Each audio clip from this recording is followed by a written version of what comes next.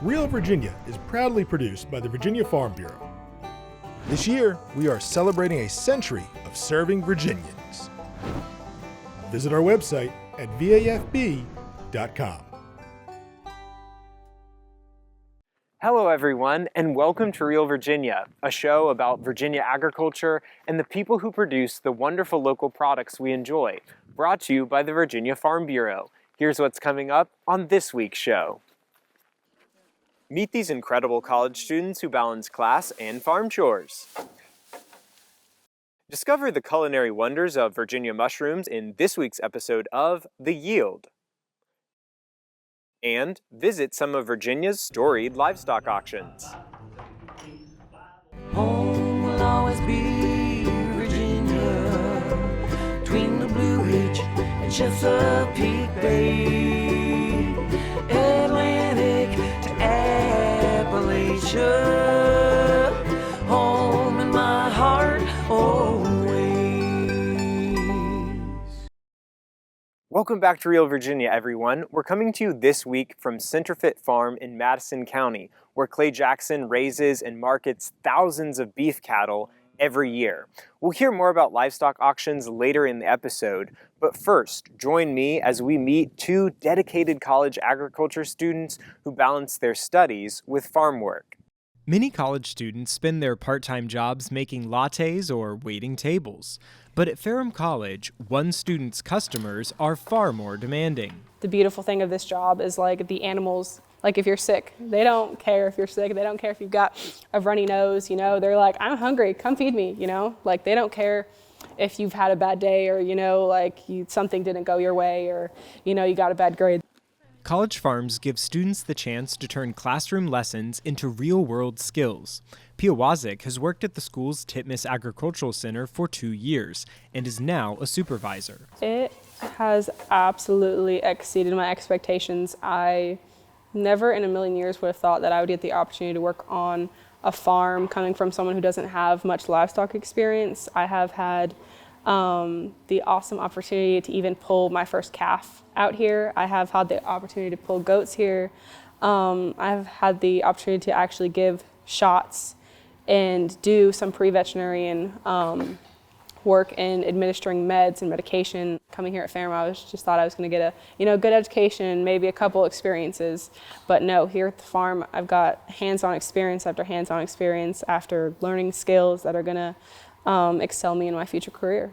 Pia Wazik's manager, Sarah Isley, sees firsthand the value and joy of these practical lessons. My favorite thing about Zoe is that she gets that obvious aha moment. So when we're working on things and something just clicks, it is obvious all across her face, and then she's like, oh, this is an easier way to do this. I learned from my students. I've learned a lot from Zoe. We kind of back and forth teach each other things. Agriculture is not something that's just a one-way street. People fence differently. They take care of their herds of cows and goats and sheep differently. And so we're constantly learning from each other. And mutual learning goes both ways. My boss, 110% wants to see me succeed. She's always wants to teach me things because I always ask a lot of questions, trying to learn as much as possible that I can here. And she has the patience to take the time to teach you things. I've had professors that are in my corner being like, I'll write you a recommendation letter for vet school. What do you need? I will do whatever need be to get you to succeed here. And one of those professors is Nancy Brubaker. When she came into the class, and the first thing she said was, "Good morning, Dr. Brubaker," in a very animated way. And I knew right then I was going to appreciate that because I always have 8 o'clock classes.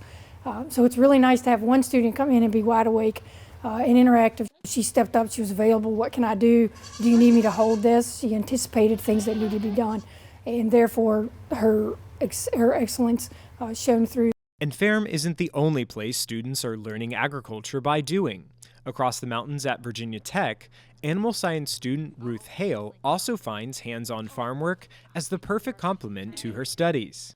I've been a regular volunteer at the Sheep Center, and then I progressed to shift lead, and those roles kind of shift. So as a volunteer, you make sure waters are filled, you feed, you help treat animals, you help process them, you help with shearing days and extra days, special occasions.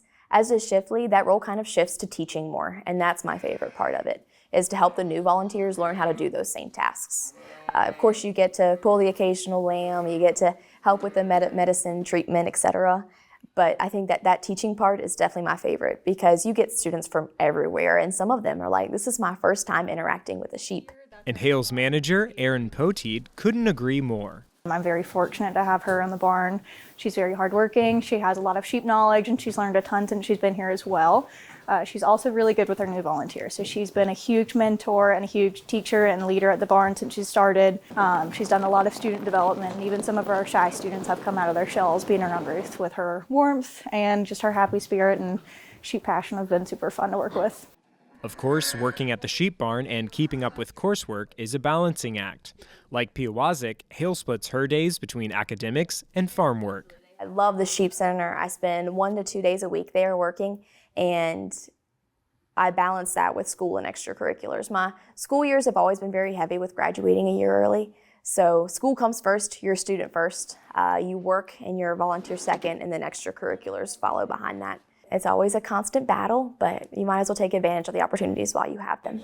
But both students were adamant that the balancing act is worth it. I see this job as such a blessing, and the work in agriculture, I have found a deep love for it. I have found a very deep love for the hard nitty-gritty work of getting up here, doing shifts, bottle feeding the goats at like 3 in the morning, 6, 12, 4, 8, checking up on the pregnant goats, taking night shift, even when you're exhausted, you gotta look out for them and push through it. And I think that's the beauty of working on a farm that I have come to love. Because whether it's feeding goats at dawn or caring for newborn lambs at dusk, every chore is a lesson, and every lesson brings them closer to the careers they dream of. For Real Virginia, I'm Elijah Griles.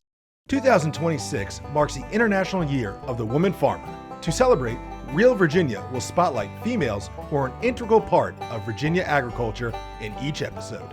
Residing in Franklin County, Cynthia Martell is a driving force in Virginia agriculture. A graduate of the University of New Hampshire with a bachelor's degree in dairy management, she also holds master's degrees in reproductive physiology and ruminant nutrition. With more than a decade of experience working directly with farmers, Martell brings deep practical knowledge of dairy production, herd health, and farm management to every role she serves. Martell is an active member of the Franklin County Farm Bureau Women's Committee and is passionate about teaching the next generation about agriculture through hands-on learning and mentorship. She's the owner of Martell Agri-Solutions, an agricultural consulting LLC focused on science-based decision-making, animal health, reproduction, and farm profitability. In addition, she is an ABS Global Authorized Sale Representative, working with farmers to strengthen genetics and long-term herd performance. Martell also works full-time on an 850-cow dairy farm in Franklin County, where she's the only woman on the farm team. She plays a key role in daily herd management and milk quality. We're proud to spotlight Cynthia Martell as part of our International Year of the Woman Farmer series. This week's episode of The Yield takes us to Newport News, where Capstone Mushroom has teamed up with Chef Kenny Sloane to unlock new culinary possibilities. My name is Ryan Staub. I'm the owner of Capstone Mushroom. So Capstone got started, it was having the love of nature. I was a hiker, and when I would do this, I would seek for wild mushrooms. So I had my field guide, and I was learning about what you can and can't pick. And I found lion's mane mushroom, which is one that really captivated me because there was no lookalikes. It was one I felt safe and comfortable. Growing a vegetable from seed was pretty easy, it was straightforward, but growing from a mushroom that doesn't make a seed was a whole nother challenge. And it took years for me to dial in of failure after failure, but I stuck with it. Finally, I had my first successful crop, and I was able to share them with my family, and I saw their excitement. And then I was able to share them with friends, and I saw their excitement. So I started seeing people be excited about the mushroom like I was. People are welcome to visit our farm, to see the mushrooms growing right off the block, right here in the heart of the city. People have all sorts of different reactions because the mushrooms can look completely foreign or alien to them. They look like they're from another world with the different colors. There's blue ones, pink ones, gold ones, fuzzy white ones that look like beards. Like we grow all sorts of shapes and sizes of mushrooms, and just to see people's faces, to get to pluck the mushroom from the block themselves, I can see the connections being made. An instance that I'll never forget in my journey of mushroom farming was the moment that I met my wife at a farmer's market. So she was strolling through the farmer's market and stopped at our booth. I thought she was falling in love with the mushrooms at that moment, but she was also falling in love with me. It's hard for me to remember. There was a time where it was just myself and my mushrooms, but then Rianne came and brought it to a whole nother level. And that just amplified the love that was already here, and it was able to grow Capstone Mushroom to the next level. In 2018 is when I first decided to go step foot into a restaurant and to share them with chefs. And I would see the chefs' eyes light up with excitement because they'd never seen that fresh of mushrooms. People might have seen shiitakes and portobellas, but they never saw the vibrancy that we had here with the oyster mushrooms, the lion's mane, and etc., all the different varieties we had. So I saw the chefs, I saw the lights turn on in them and the creativity spark within them, and they wanted to have them and incorporate it into their menu. Chef Kenny and I, we met. He saw the mushrooms that we had and he was sold instantly. He said, "Enough said, I want to start getting weekly orders pronto." So as soon as we were able to supply the demand that he wanted, he was on board, and he hasn't stopped since. We like to deliver our mushrooms to the chef within 1 to 2 days of us picking them, and we put it right into his walk-in refrigerators. The greatest things in life are free, and it's free to put that seed into the soil. It's free to get that intimate connection with earth, to feel the breeze, to feel the sunshine, and that to me is so valuable, and I believe that everybody can derive value and meaning from that experience. So I definitely recommend everybody to, whether if they don't want to grow themselves, go visit a farm, get your feet in the dirt, pick it yourself, and start from there, and you might feel inspired to bring those seeds back home and plant it. Hi, I'm Chef Kenny. We're sitting here in my speakeasy at Steak and Tonic. Also own the Chef's Market next door, and a few others in the area. I guess a part of a chef's job is research and development. And I was just looking for mushrooms. I was like, I really want fresh mushrooms. I really found a local person in Virginia Beach, so I called him up and we kind of just became friends, and then all of a sudden I've been just purchasing mushrooms from him on a weekly basis for all my restaurant. So another unique, I guess, aspect of working fresh and working local with farmers, and that is they bring it to you. So it's like I get to handshake the guy that's growing the mushrooms. I get to say thank you to the fisherman that just went out for 3 days and then came back in, or the guy that's freezing his butt off in the water, catching oysters. I just did an oyster pop-up. He brought me fresh oysters and went out specifically for me. I like to be unique. I like to be different. I mean, this is a unique meat steakhouse. I got anything from camel, kangaroo, ostrich, alligator, all that kind of stuff. So I'm a really unique kind of guy. And when I look for things so when I'm buying mushrooms from Capstone, you don't see those mushrooms everywhere. So we actually have a farm, and we farmed to table all my restaurants.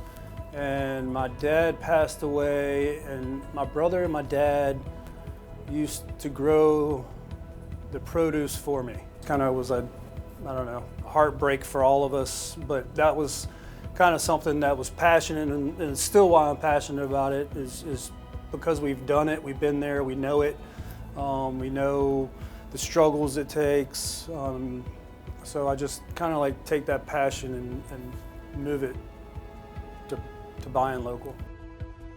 So today we'll take the king trumpets and cut them up, kind of saute them, and then we'll do barbecue. So it's our kind of vegetarian taco. I have a really sweet relationship with Capstone, just because it's so easy to communicate with them. It's easy to bounce off things because we have the same passion. He loves to hear what I create, and I love to hear what he grows, And I don't know, it's just great to have, local farmers that you can share passionate times with and communicate and collaborate and create things with. And so that's a great thing about Capstone and, you know, the whole team over there. If your mouth isn't watering, it's about to be. Chef Tammy shows us how to make a delicious fennel roasted pork loin that's quick and tasty in the heart of the home.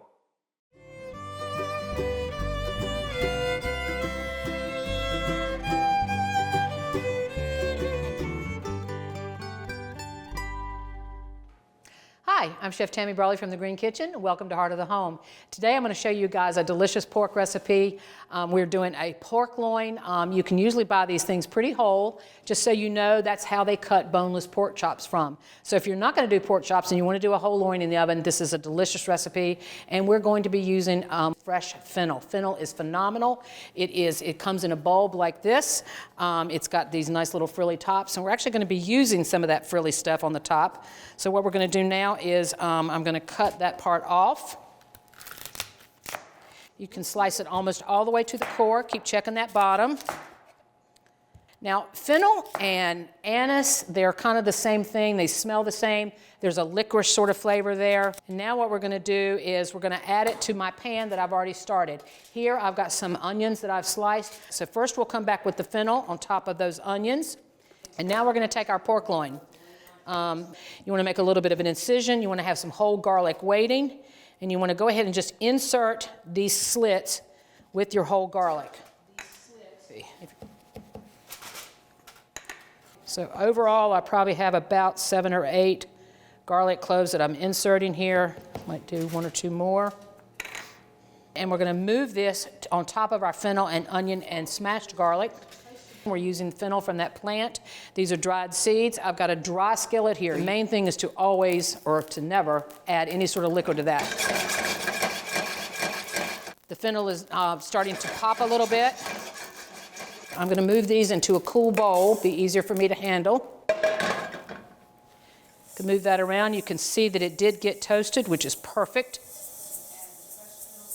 And now we're going to use one of my very favorite tools in the kitchen. That is a spice grinder or a coffee grinder. We're going to grind up our fennel seed. Now you can certainly buy ground fennel in the grocery stores if you'd like. You're just not going to get as great a flavor with that.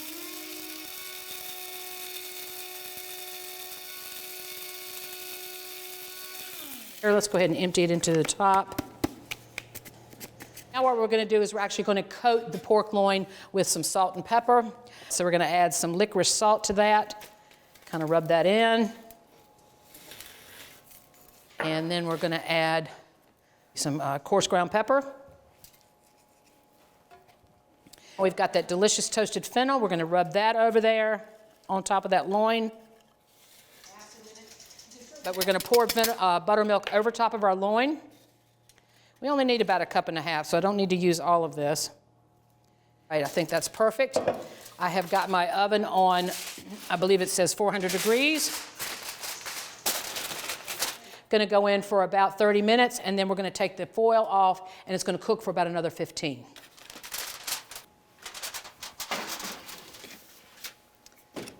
All right, so our pork loin's been in the oven for about 30 minutes or so. What you want to keep in mind is that something smaller is going to take less time to cook. A larger pork loin is going to take a little bit more. What we're going to do now, though, is we're going to pull the foil off and put it back in the oven for about 15 minutes.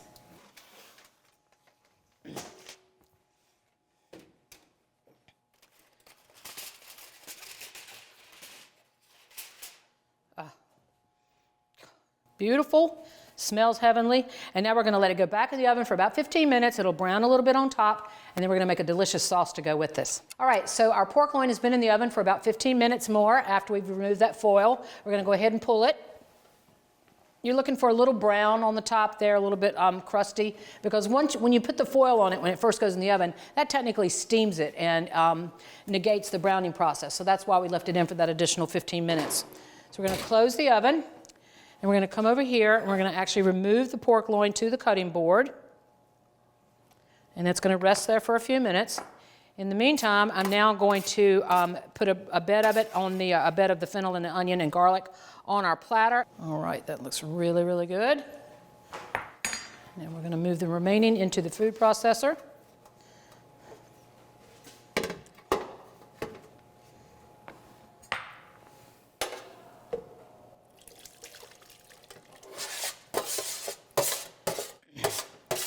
Now we're putting something hot in the food processor. So this is really important that you kind of pulse it as we go, not just turn it on high immediately. And the puree makes this beautiful sauce. Cut our pork loin, beautifully done.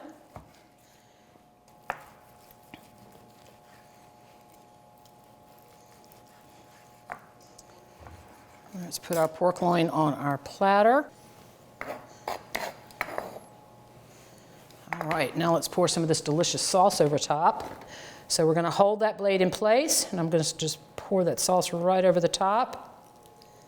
Oh my gosh, it looks heavenly. All right. We have our pork loin that has been braised with fennel, onions, and garlic, and braised in buttermilk. I'm Chef Tammy Brawley from the Green Kitchen. Join us next time on Heart of the Home. With the subtle nod of a head and the tap of an auctioneer's gavel, you too can own your first sheep, cow, or even goat. Mike Voyak has more on livestock auctions across Virginia. Give me two, 1,500, who'll hold me? 15, 16, outside, 17, 18, 18, 19, 19, 19, 2,000, and 50 more, 2,050, 2,050, now 121, 21, 21. Fast-paced deals, big money agreements, live cattle. Where can you find all of this? It's at your local livestock auction, where buyers and sellers come together to bid on a variety of livestock animals. It's rapid-fire auctioning, where livestock can get sold and moved up the street or across the country. We visited some of these auctions to get a better feel for what goes on and what brings these communities together.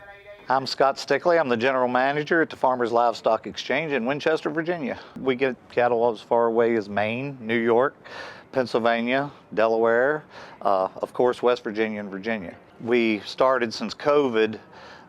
We started like a video sale and also selling cattle online and state grading cattle every Monday.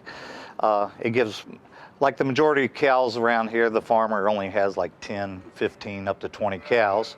So we come up with a way to state grade the cattle, and we put them in uniform lots and get them in big groups for the buyers. And it has drawn a lot of interest, and we usually run at least probably, I think it's like 70,000 a year go through here. Most auctions only occur once a week, so the process to load the livestock in, get them graded, and prep for auction is a well-orchestrated routine that keeps 1,200-pound livestock coming and going. The farmer comes in on this side, they unload their cattle. Our guys will unload the trucks. They sort the cattle according to sex and, if they need to go in a regular sale. Then they put them at the scales where the state graders are, and they'll grade the calf where it needs to go. We weigh them and we size them up that way. And then they go to the pen, and Jeff will be making a sale order that we email probably 400 and some buyers what we have that day. The email goes out, and then we'll start the state graded sale with a we've also got telephone hookup where you can bid on by phone, or you can be here in the seats. And then of course they go back to who buys them into a pen, and then the trucks come, they load and go to their destination. There are great benefits to buyers and sellers by attending these auctions, as Alicia Hudson of Spring Lake Stockyards explained to us. Benefits to the seller are there's competition. You're not going off what one person says. It levels the playing field here, and you have competitive pricing and true price discovery. With that, because you have multiple buyers from multiple places, and so you have the competition. These auctions operate with full transparency, as all livestock are graded and checked out to give the buyer all the information needed to make a purchase. So we pay state graders that are employed by the Department of Agriculture through the state of Virginia, and they come and grade those cattle for us. We've got the state graders with USDA. They come in and they'll do a muscle score, a frame score, and all that. And that way they grade the cattle and we put them in the right pen. The excitement that comes from fast-paced bidding war can get everyone's heart pumping. You have to be the top bidder if you want them. The primary draw to these events are the auctions, with clients attempting to get the best price possible. However, another role that these events serve is a community gathering and restaurant hotspot. 50% of them's probably the restaurant. You got your loafers, you'll have your truckers, and then you got your buyers. And your sellers want to see what their cattle bring. Saturdays we have the restaurant open in the morning till in the evening. A lot of our farmers, even if they're not bringing a load of cattle, will come and eat in the restaurant and socialize with everybody. and you really get to know the individual farmers. A lot of these guys I look forward to seeing every week, and they've had a big impression on my life. They've watched me grow up here, and I've seen a lot of farmers go through different phases in their life in just a few years. So it means a lot more than just selling someone's cattle. The in-house restaurant is the place to be on auction day, serving hot food and a place for the local community to connect, as these dining hall managers explained to us. We have regulars there hang pretty much every Monday, and then we see new faces there hang, especially with the market being like it is. There hang stuff. We're starting to see some new faces bringing in cattle that we normally don't. I mean, some of these buyers, they spend all day here. They come in, when the auction starts, and they're here, 10, 12 hours and stuff, and same thing with the employees. So yeah, it's just a service that they offer for them. Word of mouth, there hang stuff. It's like, hey, I go to the sales on Monday, or hang, come down, get something to eat, and they go out and watch the sale a little bit and talk to friends that they might only see once a week. We get a lot of business here, not just from the local farmers, but also, from those bringing livestock in, but also from folks in the community, because they come over and evidently enjoy our hamburgers. They come in early, grab their coffee and hang out, and those guys will sit back there sometimes 2 or 3 hours in the morning and just social and hang out. And they're talking a lot of shop and economics and politics and all kinds of stuff. Great, comfortable environment here. The real star of the show is the auctioneer, which takes more skill than just fast talking. So to be a good auctioneer, it's not always about being fast. You need to be clear. Because if they can't understand you, then there's no reason for you to be in the auction box. If you're faster, that works out well for the people that you're selling for, because we can get done faster. But be clear, concise. You need to be paying attention. For Alicia Hudson and the Spring Lake Stockyard, this is more than just a job. It's a family affair and a calling to help our agricultural community. We try to make this a family-oriented business as much as possible. My son was here. There's multiple children here often. We employ a lot of teenagers. Anytime I can help a child or teenager see what the better world of an agriculture, I try to do that. And it's really, farmers sometimes get a bad rep from people that have no idea what they're actually going through on a day-to-day basis. And to see these gentlemen put everything into what they love and watch them strive and work hard for it, it means a lot. Local commerce, good food, and the opportunity to connect with friends. The livestock auction plays a vital role in agricultural business and community building. For Real Virginia, I'm Mike Voya. We're so glad you could join us to celebrate all the bounty Virginia has to offer. From the kitchen to your home and garden to our beautiful wide open spaces, we're proud to say that this is Real Virginia. For everyone from the Virginia Farm Bureau, thanks for watching. Make it a great week. Home will always be Virginia, between the Blue Ridge and Chesapeake Bay.